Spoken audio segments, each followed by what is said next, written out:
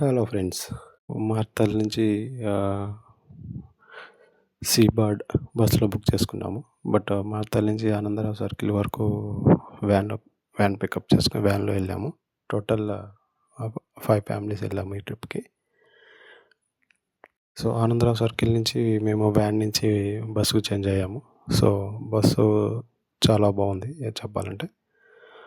And మేము Seabird బస్‌లో around 6కే start అయ్యాము. అక్కడి నుంచి గోవా పనాంజలికి వెళ్ళాము. పనాంజీ నుంచి మళ్ళీ మేము హోటల్‌కి వెళ్ళేళ్ళకి మాకు అరౌండ్ 1½ అవర్ పట్టింది. మేము కార్స్ ఆల్రెడీ బుక్ చేసుకున్నాము. సో, మేము ఫోన్ చేసినప్పుడే వాళ్ళు డైరెక్ట్‌గా అక్కడికి వచ్చేసి మాకు కార్స్ హ్యాండ్ ఓవర్ చేశారు. మేము 2 డేస్ ఆ కార్స్‌ని మేమే యూజ్ చేసుకొని తర్వాత మళ్ళీ రిటర్న్ చేసాము.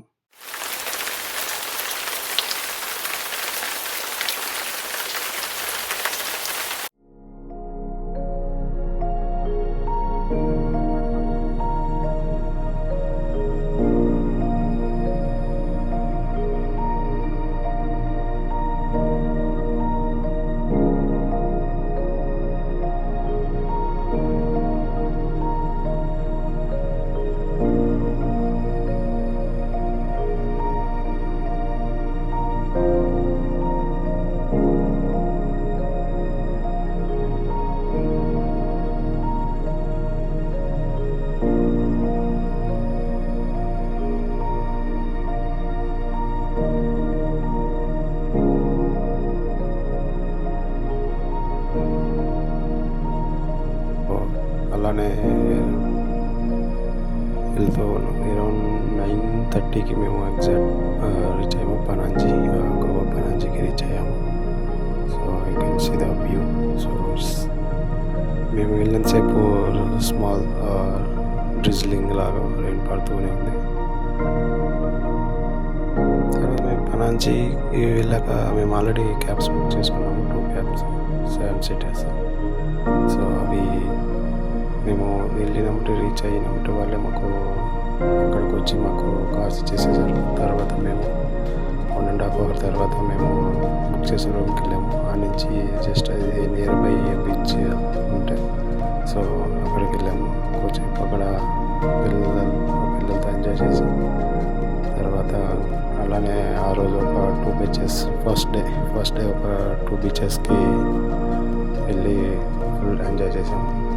సో సమ్ ఫోటోస్ వీడియోస్ ఇదే అలాగా ఫస్ట్ 2 డేస్ తర్వాత ఫస్ట్ 2 బీచెస్కి వెళ్ళిన తర్వాత మేము ఒక చూడండి హిల్ హెమా గ్యాంగ్ ఇది మా రూమ్ దగ్గర ఉన్న బీచెస్ ఆ రోజు అవ్వలేదు. సో తర్వాత మేము అక్కడ ఒక నియర్ బై ఫోర్ట్ ఉంటుంది. సో ఆ ఫోర్ట్ విజిట్ చేసాము. ఆ ఫోర్ట్ డీటెయిల్స్ మీరు ఇక్కడ కరెంట్ కనిపిస్తున్న వీడియోలో చూడవచ్చు. తర్వాత ఫోర్ట్లో ఒక 2 అవర్స్ అలా అన్నీ తిరిగి ఫొటోస్ వీడియోస్ చేసుకున్నాము. సో అప్పటికే స్మాల్ డ్రిజ్లింగ్ లాగా రెయిన్ పడుతూ ఉంది. కొంచెం సేపు రెయిన్ ఆగిపోయేదాకా బాగా చాలా జనాలు చాలామంది ఉన్నారు అక్కడ. సో అంత ఫొటోస్ వీడియోస్ అన్నీ తీసుకున్న తర్వాత కొన్ని అరౌండ్ 1:30కి రెయిన్ స్టార్ట్ అయింది. సో చాలా పెద్దగా రెయిన్ పడింది. ఒక 2 అవర్స్ మ్యాక్సిమం అక్కడే స్టక్ అయిపోయాము. ఇంకా బయటికి రాలేక అక్కడే ఉండిపోయాము.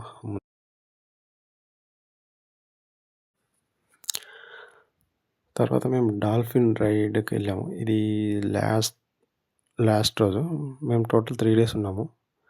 సో ఫస్ట్ రీచ్ అయిన డేస్ తర్వాత రోజు మ్యాక్సిమం బీచెస్కే వెళ్ళిపోయాము. తర్వాత ఇది థర్డ్ డేలో మేము డాల్ఫిన్ రైడ్కని వెళ్ళాము.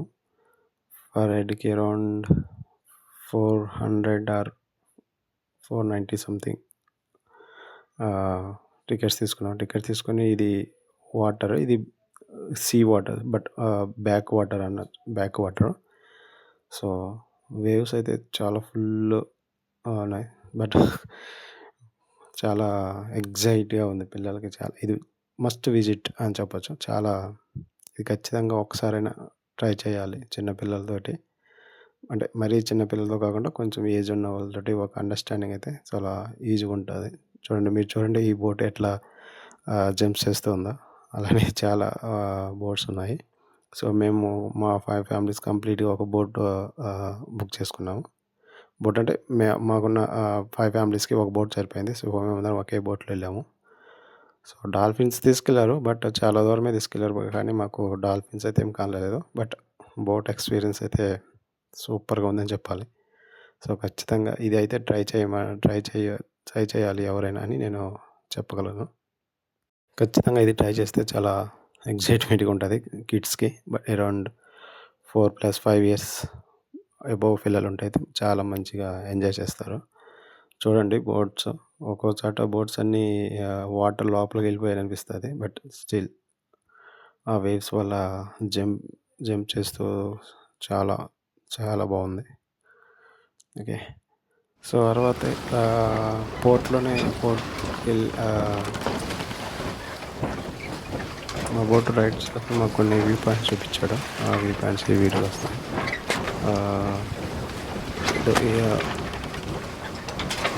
బాలీవుడ్ మూవీ ఇక్కడ ఒక హౌస్ ఉంటుందంట. ఆ హౌస్‌లోనే ఆ మూవీ మొత్తం తీశారన్నట్టుగా అతను చెప్పాడు. అట్లానే ఇక్కడే జైలు అంటే అండర్ పాస్ వాటర్‌కి కొండకి మధ్యలో ఒక జైలు కూడా ఉంది. అక్కడే మ్యాక్సిమం అంతకుముందు యూజ్ చేసేవాళ్ళు ఇప్పుడు యూజ్ చేయట్లేదు అన్నట్లుగా అతను చెప్పాడు. సో, చూడండి ఈ 2 బోట్స్ రైడ్ చేస్తున్నారు. పిల్లలు చాలా ఎక్సైట్‌మెంట్ అవుతున్నారు.